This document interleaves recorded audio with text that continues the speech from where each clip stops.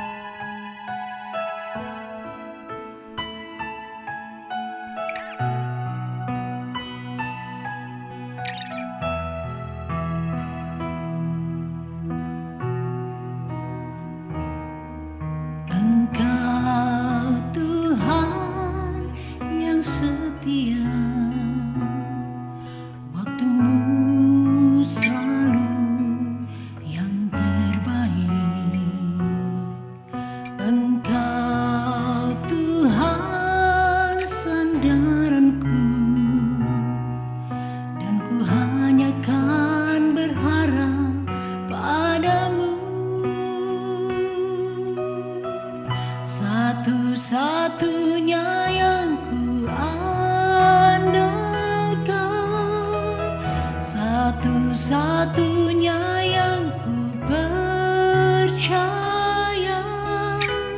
Engkau sumber kekuatan, sumber pengharapan, sumber kedamaian.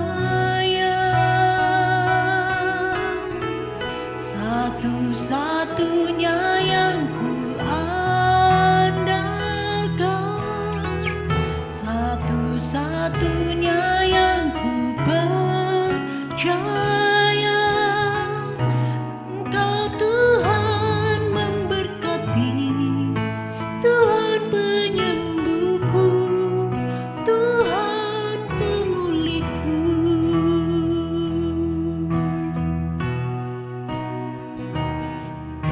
Engkau Tuhan yang setia, waktumu selalu yang terbaik. Engkau Tuhan sandaranku, dan ku hanya kan berharap padamu. Satu-satunya yang ku andalkan, satu-satunya yang ku percaya.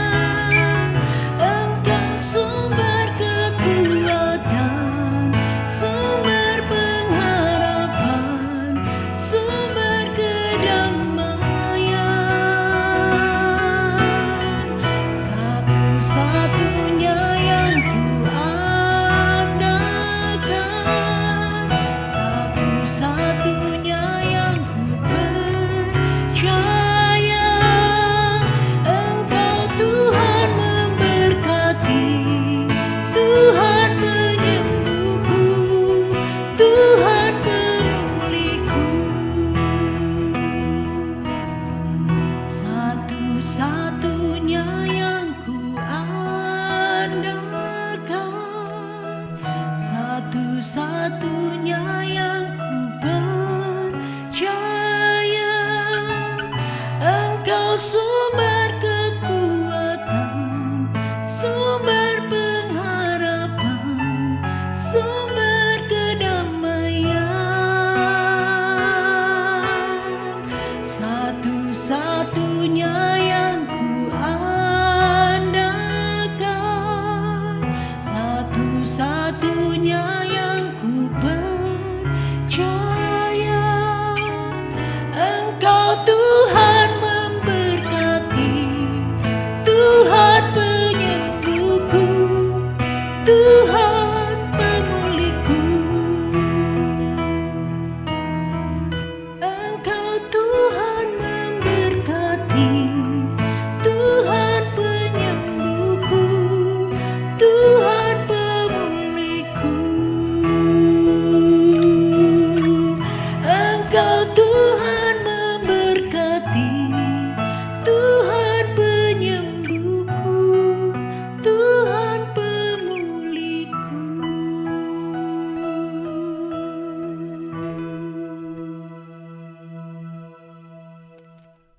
Ada sebuah kejadian di mana seorang produser terkenal yang bernama Larry David.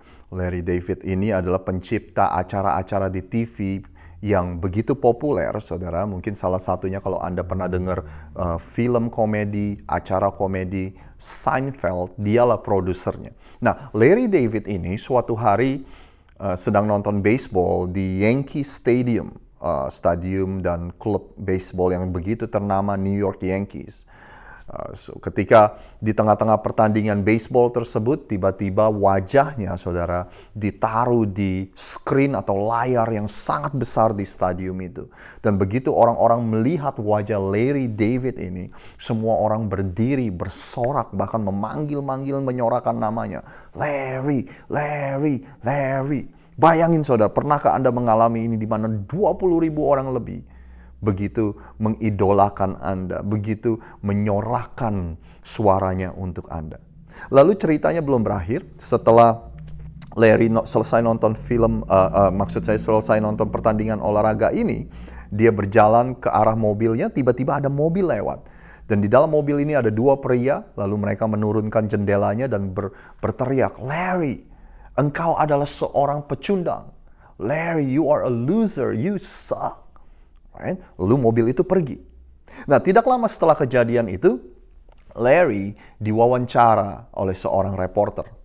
Nah, saya ingin Anda yang nonton ini dari rumah, yang Anda nonton sedang duduk di sofa, atau Anda sambil masak, Anda nonton ini, coba Anda tebak kira-kira, mana kejadian yang manakah yang Larry bicarakan dengan reporter tersebut? Kejadian manakah yang Larry lebih fokus dan dibicarakan lebih dengan reporter tersebut? Ketika dia dipuji oleh 20.000 orang lebih, atau ketika dua orang meneriakan sesuatu yang negatif kepada dia? Saya rasa Anda semua bisa menebak yang mana yang dia lebih fokus. Nah, begitulah anehnya cara kerja otak manusia, saudara. Di mana kita lebih fokus kepada sesuatu yang negatif daripada kepada sesuatu yang positif. Oleh sebab itu, hari ini saya ingin menggunakan kesempatan kita untuk berbicara mengenai firman Tuhan yang saya beri judul Little Weapon, atau senjata yang dahsyat, saudara. Tahukah Anda, salah satu senjata yang paling dahsyat di dunia ini adalah perkataan kita. Perkataan kita, saudara. Kuasa dari perkataan kita. Kata-kata kita bisa menyakiti seseorang, tapi kata-kata yang tepat bisa juga membawa kesembuhan dalam kehidupan seseorang. Coba deh Anda lihat, sebuah keluarga, sebuah pernikahan, hidup seorang anak, hubungan-hubungan yang ada di sekeliling kita, saudara. Ketika kita melihat semuanya itu, kita bisa tahu di dalam hubungan itu perkataan yang seperti apa yang sering diucapkan. Coba Anda melihat pernikahan yang tidak berjalan dengan baik, keluarga yang tidak akur, saudara, keluarga yang banyak perselisihan. Saya berani jamin, ada banyak perkataan yang diucapkan yang sifatnya negatif di dalam rumah dan hubungan tersebut. Bahkan research atau pembelajaran berkata, ketika perkataan-perkataan yang negatif itu sering dikatakan kepada anak-anak, itu akan menghambat kesehatan fisik dan kesehatan mental mereka, akan merusak kesehatan fisik dan mental mereka. Itu akan menghambat pembentukan otak mereka. Nah, saudara, ini terjadi di mana-mana, bukan cuma di keluarga aja, tapi di tempat Anda bekerja, bahkan di dalam gereja. Kata-kata yang kita ucapkan begitu berkuasa, begitu dahsyat, saudara. Dan kata-kata kita adalah salah satu senjata yang paling dahsyat yang ada di dunia ini. Kebalikannya juga benar. Jika Anda melihat keluarga yang sehat, pernikahan yang sehat, kehidupan anak-anak yang sehat, tempat pekerjaan, perusahaan yang sehat, gereja yang sehat, saya akan bisa jamin, saudara, bahwa ada kata-kata kehidupan yang diucapkan berulang-ulang, ada kata-kata positif yang diucapkan berulang-ulang di dalam hubungan-hubungan tersebut. Nah, makanya hari ini saya rindu, saudara, untuk membahas gimana sih supaya kita bisa membawa dampak yang besar, supaya kita bisa membawa dampak yang positif dengan kata-kata kita. Yang pertama, saudara, ucapkanlah kata-kata kehidupan dengan perkataan kita. Perkatakanlah atau ucapkanlah kata-kata kehidupan dengan perkataan kita. Seorang raja yang paling berhikmat di dalam sejarah dunia namanya Raja Salomo. Dia menulis beberapa kitab di dalam Alkitab kita. Salah satunya adalah kitab Amsal. Kitab Amsal ini penuh dengan hikmat. Dan di kitab Amsal pasal yang ke-18 ayat yang ke-21, Raja Salomo berkata seperti ini. Hidup dan mati dikuasai oleh lidah. Siapa suka menggemakannya akan memakan buahnya. Hidup dan mati dikuasai oleh lidah. Terjemahan lainnya, saudara, seperti ini. Lidah mempunyai kuasa untuk menyelamatkan hidup atau merusaknya. Orang harus menanggung akibat ucapannya. Yang menarik, saudara, Raja Salomo bilang gini, hasil dari apa yang kita ucapkan, perkataan yang kita keluarkan dari mulut kita hanya membawa dua kemungkinan. Tidak ada yang ketiga, tidak ada yang keempat, tapi hanya dua kemungkinan. Yaitu kata-kata itu akan membawa kehidupan, atau kata-kata itu akan membawa kematian. Cuma aja dua, saudara. Kata-kata kita nggak pernah netral, nggak pernah ada di tengah. Antara hidup dan mati. Antara menyelamatkan kehidupan atau merusak kehidupan. Itulah kata-kata Raja Salomo, saudara. Nah, pilihannya sekarang ada di tangan Anda semua. Pilihannya ada di tangan saya, ya kan? Apa yang Anda ucapkan kepada keluarga Anda yang tidak sempurna? Benar kan? Istri Anda, suami Anda, istri saya, suami saya, anak-anak kita, keluarga kita. Nggak ada yang sempurna, saudara. Tapi pertanyaannya, kata-kata yang seperti apa yang Anda akan ucapkan di dalam rumah Anda? Ya kan? Demikian juga tempat kerja Anda, gereja Anda, nggak ada yang sempurna, tapi ucapan yang seperti apa, kata-kata yang kita gunakan itu kata-kata seperti apa. Semuanya ada di pilihan kita. Kata-kata yang akan memaksimalkan potensi seseorang, atau kata-kata yang akan mematikan potensi seseorang. Kata-kata yang membangun kepercayaan diri seseorang, atau kata-kata yang menghancurkan kepercayaan diri seseorang. Yang membangun atau meruntuhkan. Yang mengangkat atau menjatuhkan. Yang menyakitkan atau yang menyembuhkan. Pilihannya ada di tangan Anda dan saya. Saudara, kalau saya membayangkan Yesus adalah Tuhan kita yang sangat luar biasa. Kepada seseorang yang bernama Matius, seorang pemungut cukai, seorang pemungut pajak yang begitu dibenci, saudara, oleh orang-orang sekelilingnya. Kenapa? Karena dia bekerja untuk kerajaan Romawi. Karena dia mencekek, saudara, orang-orangnya sendiri dengan pajak yang sangat tinggi. Orang ini dianggap orang yang berdosa daripada orang yang paling berdosa, saudara. Itulah Matius. Dan kepada Matius, Yesus bilang gini, "Follow me, ikutlah aku." Saya membayangkan menjadi seorang Matius. Wow, saya pemungut cukai, orang yang dibenci.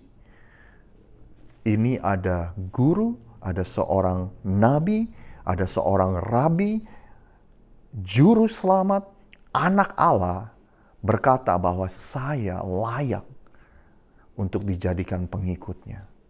Bayangkan kata-kata yang seperti inilah, saudara, yang merubah kehidupan seseorang. Dan bukan cuma itu aja, Yesus bilang gini, "Aku akan ke rumahmu, Matius. Aku akan duduk sama-sama kamu. Aku akan makan sama-sama kamu. Aku akan ada di rumahmu." Inilah yang akan mengubah kehidupan seseorang selama-lamanya. Kejadian lain di mana seorang wanita tertangkap sedang berzina, saudara. Saudara dengarkan saya baik-baik. Alkitab nggak bilang gini, wanita ini berzina, lalu 1 hari kemudian, 2 hari kemudian, dia ketahuan, saudara. Alkitab bilang gini, dia ini sedang berzina. Dia ini tengah-tengah melakukan perbuatan zina, saudara. Ketangkep. Bayangin, saudara. Bahkan ada banyak Alkitab yang berkata kemungkinan besar wanita ini dalam kondisi tidak ada pakaian. Dia ketangkep saat melakukan perzinahan itu. Bayangkan malunya. Bayangkan terhakiminya dia merasa, saudara. Bayangkan terhukumnya dia akan merasa pada saat itu. Bahkan dia siap untuk dibunuh. Orang-orang siap merajam wanita ini dengan batu. Karena pada saat itu, kebudayaan itu, orang yang berzina boleh dibunuh. Lalu Yesus berkata kepada orang-orang, siapa yang belum pernah berdosa, silakan melempar batu itu terlebih dahulu. Satu persatu orang itu pergi dan akhirnya hanya Yesus dan wanita tersebut. Dan Yesus bilang kepada wanita itu, "Aku tidak menghukummu. Sekarang pergilah dan jangan berbuat dosa lagi." Saudara, kata-kata seperti inilah yang akan mengubah kehidupan seseorang selama-lamanya. Ucapkanlah kata-kata kehidupan dengan perkataan Anda. Anda mau bikin dampak positif dan dampak yang luar biasa dengan perkataan Anda. Ucapkan kata-kata kehidupan. Yang kedua, saudara, kita harus belajar bagaimana menyampaikan sesuatu dengan benar. Kita harus belajar cara penyampaian dalam sebuah komunikasi. Baru Anda dan saya bisa berdampak luar biasa dengan perkataan kita. Ya kan? Kenapa saudara? Seringkali saya pun sering melakukan, pasti Anda pun sering melakukan. Ya kan? Walaupun kita benar, kita punya poin yang benar, kita punya argumen yang benar. Ya kan? Tapi penyampaian kita salah, maka kata-kata kita tidak akan membawa pengaruh apa-apa. Tidak akan membawa pengaruh positif, yang ada malah pengaruh negatif, saudara. Ya kan? Bahkan yang terjadi ketika penyampaian, cara kita menyampaikan sesuatu salah, walaupun poin kita benar, pesan kita itu nggak sampai di telinga orang lain. Dampaknya negatif, salah paham, dan perselisihan. Nah, pertanyaannya gini, penyampaian yang benar itu seperti apa sih? Amsal bilang gini, di pasal 25 ayat yang ke-11. Perkataan yang diucapkan tepat pada waktunya itu seperti buah apel emas di pinggan perak. Seperti buah apel emas di mangkok yang indah yang terbuat dari perak. Saya mencoba untuk mempelajari apa sih ini maksudnya. Penjelasan yang paling sederhana adalah gini. Buah apel yang sempurna, yang dipetik tepat pada waktunya itu wangi, harum, dan itu akan terlihat sangat luar biasa, sangat indah ketika dia ditaruh di atas mangkuk yang terbuat dari perak. Ini adalah gambaran, saudara, ketika Anda mengatakan sesuatu dengan penyampaian yang benar, dengan tepat waktu, itu seperti buah apel yang harum, buah apel yang indah, buah apel yang enak dilihat, saudara. Dengan kata lain, orang yang menerima nasihat dan perkataan Anda pun akan senang. Akan merasa dibangun, saudara. Amsal 15 ayat 23 dikatakan seperti ini. Seseorang bersuka cita karena jawaban yang diberikannya. Dan alangkah baiknya perkataan yang tepat pada waktunya. Saya ulangi. Seseorang bersuka cita karena jawaban yang diberikannya. Dan alangkah baiknya perkataan yang tepat pada waktunya. Penyampaian yang benar, the delivery of our communication. Ketika kita menyampaikan dengan benar, tepat waktu, perkataan yang kita pilih itu tepat, saudara. Justru orang yang menerimanya bukannya marah, bukannya mengelak, bukannya sedih, bukannya hancur hati, tapi justru mereka akan bersuka cita karena perkataan yang tepat waktu. Efesus 4 ayat 15, Paulus bilang gini, saya memakai bahasa Indonesia masa kini. Tidak. Sebaliknya kita harus menyatakan hal-hal yang benar dengan hati penuh kasih. Menyatakan hal-hal yang benar dengan hati penuh kasih. Sehingga dalam segala hal kita semakin lama semakin menjadi sempurna seperti Kristus yang menjadi kepala kita. Itulah kata Paulus, saudara. Menyatakan hal-hal yang benar, nggak ada dari kita yang bilang kepada Anda untuk menyatakan hal yang dibuat-buat atau saudara kompromi dengan no. Nyatakanlah kebenaran tapi speak truth in love. Nyatakan kebenaran tetapi di dalam kasih, saudara. Bahkan salah satu hal yang paling mengasihi, salah satu hal yang paling mengasihi adalah ketika kita menahan perkataan kita. Walaupun kita punya opini, tapi kita menahan perkataan kita. Apalagi kalau kita nggak ditanya. That's the most loving thing that we can do. Ya kan? Menahan kritikan kita dan sebagainya, saudara. Kenapa? Karena berbicara, mengeluarkan pendapat, mengkritik, itu adalah bagian yang paling mudah dalam sebuah komunikasi. Semua kita bisa melakukan itu, ngomong, bicara, keluarin opini kita, mengkritik, ya kan? Bahkan orang Kristen kita menghajar orang dengan ayat Alkitab, saudara. Nih Alkitab bilang begini, kamu duniawi, kamu tidak kudus, kamu berdosa. Itu semua bagian mudah dalam sebuah komunikasi. Tapi Anda dan saya harus memikirkan bagaimana caranya ketika kita menyampaikan sesuatu tapi orang mau mendengarkan kita. Itu adalah bagian yang sulit dalam sebuah komunikasi. Makanya penyampaian itu penting, saudara. Ya kan? Mungkinkah sebelum kita menyampaikan sesuatu, kita harus belajar untuk mengasihi orang itu terlebih dahulu? Walaupun itu adalah orang yang sulit untuk dikasihi. Bahkan kita perlu untuk berkorban kepada orang itu terlebih dahulu. Kenapa? Supaya orang itu bisa yakin bahwa kita ada di pihak mereka, kita mengasihi mereka. Dan suatu saat nanti ketika waktunya kita untuk menyampaikan sesuatu kepada orang itu akan bisa menerima perkataan kita. Kata-kata kita menjadi powerful, kata-kata kita menjadi berkuasa dan dahsyat. Karena orang yang akan kita komunikasikan itu tahu bahwa kita mengasihi mereka, saudara.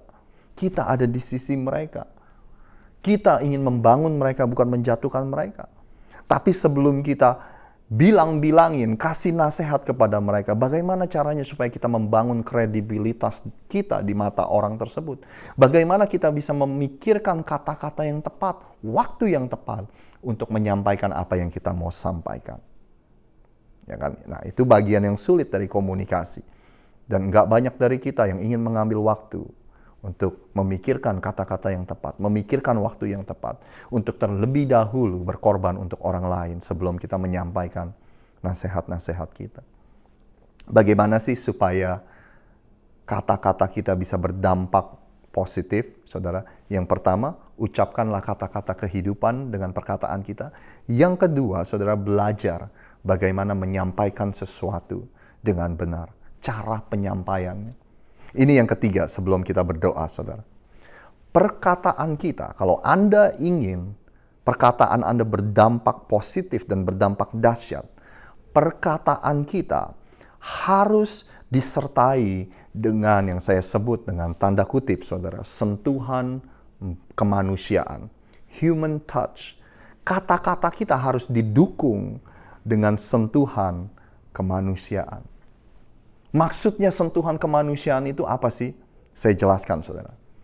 Di zaman sekarang, zaman Facebook, zaman sosial media, begitu gampang buat kita untuk mengkritik dan memposting hal-hal yang kritis, yang menjelek-jelekan orang lain, saudara. Kenapa? Karena kita nggak perlu bertanggung jawab atas apa yang kita katakan di sosial media, atas postingan-postingan kita.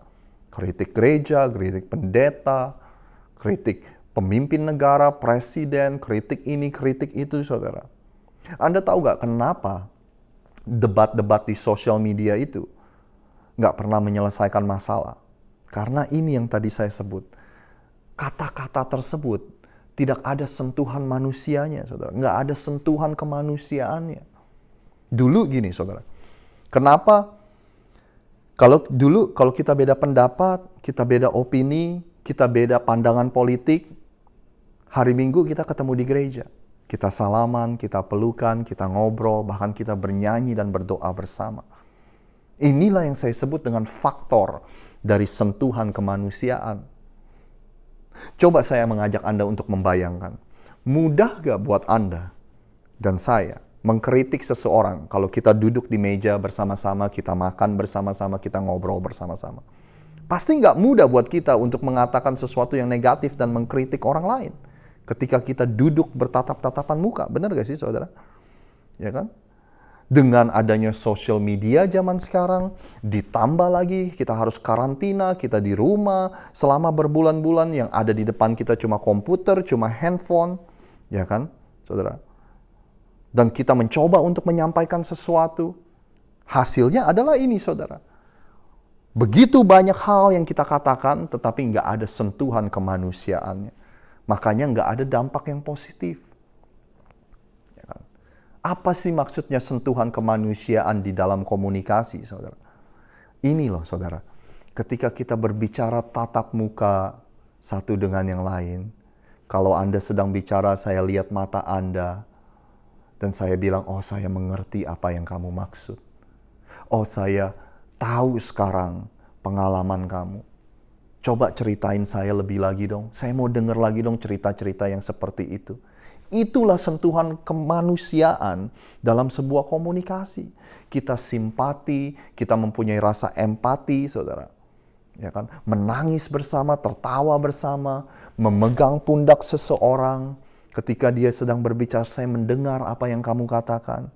Itulah maksudnya dari sisi kemanusiaan dalam sebuah komunikasi.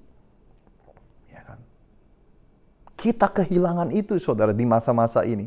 Makanya omongan kita, kata-kata kita itu tidak punya kuasa. Kenapa? Karena kita cuma ngomong doang, tapi tidak didukung dengan tindakan kita. Dengan sisi kemanusiaan tersebut. Tahu gak sih Anda? Apa yang membuat iman kekristenan Anda dan saya itu begitu istimewa? Karena Tuhan bukan cuma ngomong doang, saudara. Karena Tuhan, dia nggak bilang seperti ini. Dia dari jauh, dari surga, dia duduk di tahtanya di surga, dan dia bilang gini, ini ya, ini hukum-hukum yang saya tulis, ini hukum-hukum yang saya berikan, ini peraturan-peraturan yang saya berikan, ini ya firman saya ya, ini ya perkataan saya ya. Pokoknya kalian harus patuhi, harus taat, dan awas kalau enggak. Tuhan kita bukan seperti itu, saudara. Ya kan? Bahkan Yohanes menulis seperti ini. Pada mulanya adalah firman. Firman itu bersama-sama dengan Allah. Dan firman itu adalah Allah. Awal mulanya adalah perkataan Tuhan. Hukum-hukum Tuhan. Tapi yang membuat iman Anda dan saya begitu spesial dan begitu istimewa adalah ini. Firman itu telah menjadi manusia dan diam di antara kita. Kita telah melihat kemuliaannya, yaitu kemuliaan yang diberikan kepadanya sebagai anak tunggal Bapa, penuh kasih karunia dan kebenaran. Saudara, Tuhan memberikan sentuhan kemanusiaan atas semua ucapannya. Dengan bagaimana caranya dia turun ke bumi dan hidup di tengah-tengah kita menjadi sama seperti kita, yaitu manusia, saudara. Apa alasannya? Supaya dia bisa mengerti kita. Supaya kita bisa mengerti dia, saudara. Maka itu dia menjadi salah satu dari kita. Dia turun ke bumi meninggalkan tahtanya. Dia meninggalkan surga untuk ada di tengah-tengah kita.